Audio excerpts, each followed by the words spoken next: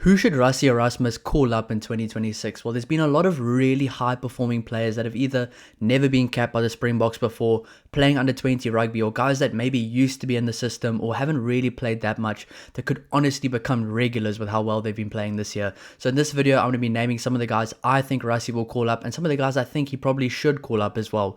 But before we do get into it, guys, if you do enjoy the content, please don't forget to like and subscribe to help the channel grow. I really appreciate all the support. The channel's grown so quickly, and I just honestly appreciate all the support. There's going to be a lot of really good videos coming out, so stay tuned for that. And if you do enjoy the content, subscribe and hang around. But also, please feel free to leave your thoughts down below in the comments. Absolutely all the comments, all the support, I really appreciate it. So let's get right into it. Which players do I think Rassie Erasmus is going to call up? Well, starting with number one, I'm going for a guy that's been playing extremely well in the URC. I'm going for Embro's Papid. Now, Embro's Papid used to be a part of the kind of Springboks setup 2017, 2018, when the Springboks were maybe struggling back in the day. He was one of the guys coming through the system back then. But Embro's Papid has been playing some phenomenal rugby for the Bulls. One of the fastest scrum-halves in the world. Probably looking like the best scrum-half in the URC right now based on just their URC form. And really, he kind of looks comfortable behind that Bulls pack and comfortable in a combination with Andre Pollard, which could really maybe boost his chances. Maybe he's not going to be the number one scrum-half, but can you imagine a 1-2 punch with Grant Williams and Embro's Papid for the Springboks? I just think if Rassie Erasmus doesn't choose Embro's Papid this year, that might be just one of those really big mistakes that he might regret, because Embro's Papid is such a good player, such a talented player, and I think back in the day he struggled a bit with consistency with his kicking game, and he was just maybe a bit all over the show, but now he's really cleaned up his fundamentals. His basics are looking absolutely sharp, his kicking game is very accurate, and he's really leading that Bulls team right now from the front and scoring some absolutely insane individual tries. I think when you have a player like him that can now do the fundamentals well, do the basics well, while really being able to change the game in an instant with his pure speed and footwork, he's the kind of guy I feel like is a no-brainer to bring into the squad. Now, I know Morne van der Berg's been playing really well recently. They've been speaking about bringing up Hashim Peed, but I think right now the number 3 option, the probably the third best guy in that kind of setting right now would be Embro's Papid. And if you think about, maybe you say he's too old to go to 2 World Cups. If he went to this next 2027 World Cup and the 2031 World Cup, he would still be younger than what Kobus Reinach is now. So just keep that in mind. I think right now, with all the recovery they have, all the very high-end, expensive kind of equipment they have for recovery, the physios, everything they do have, the doctors, players can really last till longer in their career. They can last a lot later. And I think Embro's Papid is really playing the best rugby of his career ever right now. I think right now he's 27, turning 28, which is still quite young, to be honest, in rugby terms. He's still in his prime, and I think he can honestly have a really good impact for the Springboks right now. The next player, is a guy that also plays for the Bulls, played under 20 last year. He's going to be playing under 20 again this year. Some say he's the next Brian Abana. Some say he's already the next Brian Abana. Cheslin. What a phenomenal player. 19 years of age. One of the fastest rugby players in the world. He runs 100 meters in 11.7 seconds. And he probably looks a bit quicker than that now as well. But he's got that kind of speed that really translates well to the rugby field. He's not just a straight line runner. And I think, honestly, with most people in world rugby, Cheslin could honestly take them on in a straight line race and would probably win that foot race. But he's really good. He's got good footwork. He's very physical on defense. He kind of plays the game in a very professional way, which is crazy to me to see. As a 19-year-old, he can come and really play such a professional style of rugby and really dominate at that level as well.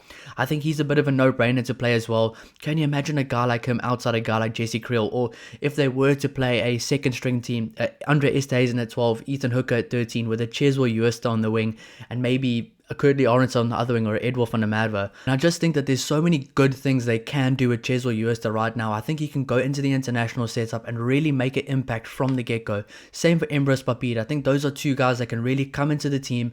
Maybe they won't be in the 23 every week now, but when they do start kind of finding their way into the 23 more often, they will make a lot of good impacts, and they might just be game changers as well. So I think Embro's Papid and Cheslin are two of those guys that you have to have in the squad this year. I have seen reports that Embro's Papid, if he isn't called up by Rassie, might be moving away from the Bulls, so that would not be good for the Bulls at all. I'm not sure where he would go. I think I saw something with sevens. He would be very good at sevens, but I think it would just be a big what if the Springboks didn't play Embro's Papid this year with how good he's been playing. He's been absolutely phenomenal. And I mean, that Bulls backline, if you think they got Curtly Orense, Kane and Moody, Embro's Papid, Stedman Gans, and Cheslin Utoa, that is a phenomenal backline. So I do think they will be able to go far in the URC this year. Got a bit unlucky against Glasgow last week, but it's going to be a very different game if they played each other again. Moving on to our next player. It's a guy that plays for the Stormers. He plays prop. He used to play number 8 at high school. I've gone for Ntuku Chunu. This guy's been playing some really good rugby for the Stormers. He's become a lot better at set piece for the scrums. He's a really good player around the park. He's a good ball carrier. He's a guy that looks ready for international rugby right now. So I think Ntuku Chunu is ready to take that leap to become a full-time player in the 23 for the Springboks. And I know there's so much depth in the Springbok team right now, but these are just the players that have been on the brink or not really played much over the last few years that I think can honestly come into the team right now and make a really big impact.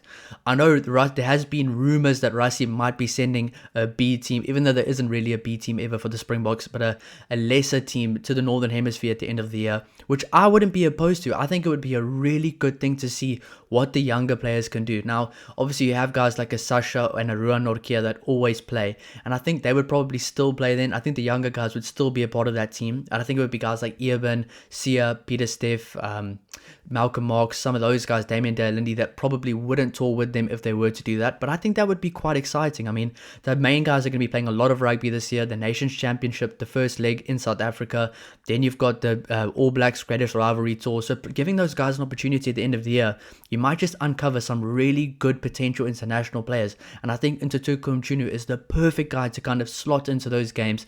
And to be honest, if Ntuku Chunu had to play off the bench right now for the Springboks, I think he would make some really good impacts. He's fast, he's explosive, he's good with ball in hand, he's got some good handling skills as well, he's got good footwork, and he's a guy that if you need a guy to make a break, he will do it for you. He's been a really good player for the Stormers this year, and I think the moves to the Stormers it just worked out so perfectly for him. He's playing some phenomenal rugby. He's a really good guy off the field as well. He's such a focused guy when it comes to rugby, and I think he honestly deserves a call up for the Springboks this year. He did used to play for Maritzburg College at number 8, so he's kind of got that natural loose forward carrying ability in him, but he's got that prop strength, which is why they did move him to prop in the first place, because he is absolutely huge. He is a monster. He's fast, he's explosive, and he is extremely strong. So I think Ntuku Chunu really does deserve a call up this year. Yes, he has played before, but I think he deserves a bit more consistent game time this year. Moving on to another guy at the Stormers, there's going to be a few more other Stormers players as well. A guy that's been in and out of the squad. When he's not called up to the squad, people are all up in arms. Had a bit of an anger problem, maybe a bit of an aggression problem over the last few months, but now it's been a lot better, playing some really good rugby all over the ball on the attacking side and the defensive side. Evan Roos can honestly right now go into the Springbok setup and make a really good impact. And you have to remember, he's still a young guy as well. He's 25 years old. He's been at that level before. He's played against England and Twickenham. He's played against the All Blacks. He's played against a lot of really good rugby teams, and he's made a good impact. So I think Evan Roos right now could go into the Springbok setup and make a really big difference. He is huge, he is fast, he's good with ball in hand, and I think the one thing he's really improved in is his work rate on both sides of the ball. He's not just a good ball carrier or making a big hit now and then. He is one of those guys that really does the hard, nitty-gritty, unseen hard work for the Stormers, and I think that really will translate well into the international team for the Springboks. Evan Roos, he does deserve it. I think maybe at the start of the year or the start of the season, I was a bit 50-50 about him, but now I'm full in on Evan Roos. Phenomenal player, and he definitely does deserve a Springbok call-up. But so does his other teammate, the other loose forward for the Stormers, Paul de Villiers. Never been capped before, never played for the Springboks. I think he could be a potential debutant this year. Now, if you think of guys like Sia Khaleesi, Kwagga Smith, and these guys that might not be playing every single game, it is a year out from a World Cup. It is maybe time to rest a few guys when they get given the opportunity. For instance, they're going to play a lot of rugby in the start of the season. If they were to send the younger guys to the Northern Hemisphere at the end of the year, I still expect the Springboks to get good results. I still expect them, it's that kind of Springbok DNA. You expect them to win every single game still, and they've got the players to do it. And I think Paul de Villiers is the type of guy, you put him in the team, you put him on the bench or in the starting lineup, you won't look out of place. He'll probably add so much. He's an absolute threat on the ground. He reminds me a lot of a Heinrich Brosseau or a David Pocock. He's a good ball carrier as well. He's a tackling machine, and he's got a really high work rate. I think Evan Roos and Paul de Villiers together in the same loose trio has shown that they work so well together. Evan Roos with his really good work rate, his more defense, his more offense, and Paul de Villiers with his work he can do on the ground, his tackling ability, his ball carrying ability as well. He's extremely fast, and I think them playing really well with the likes of Kobus Reinach and Asasha Ngomazulu maybe does boost their chances a little bit more for the Springbok jersey this year. But I think Paul de Villiers absolutely deserves at least a cap this year for the Springboks, and I think he might even be the guy that might just find himself playing against England in that opening game. That would be absolutely awesome.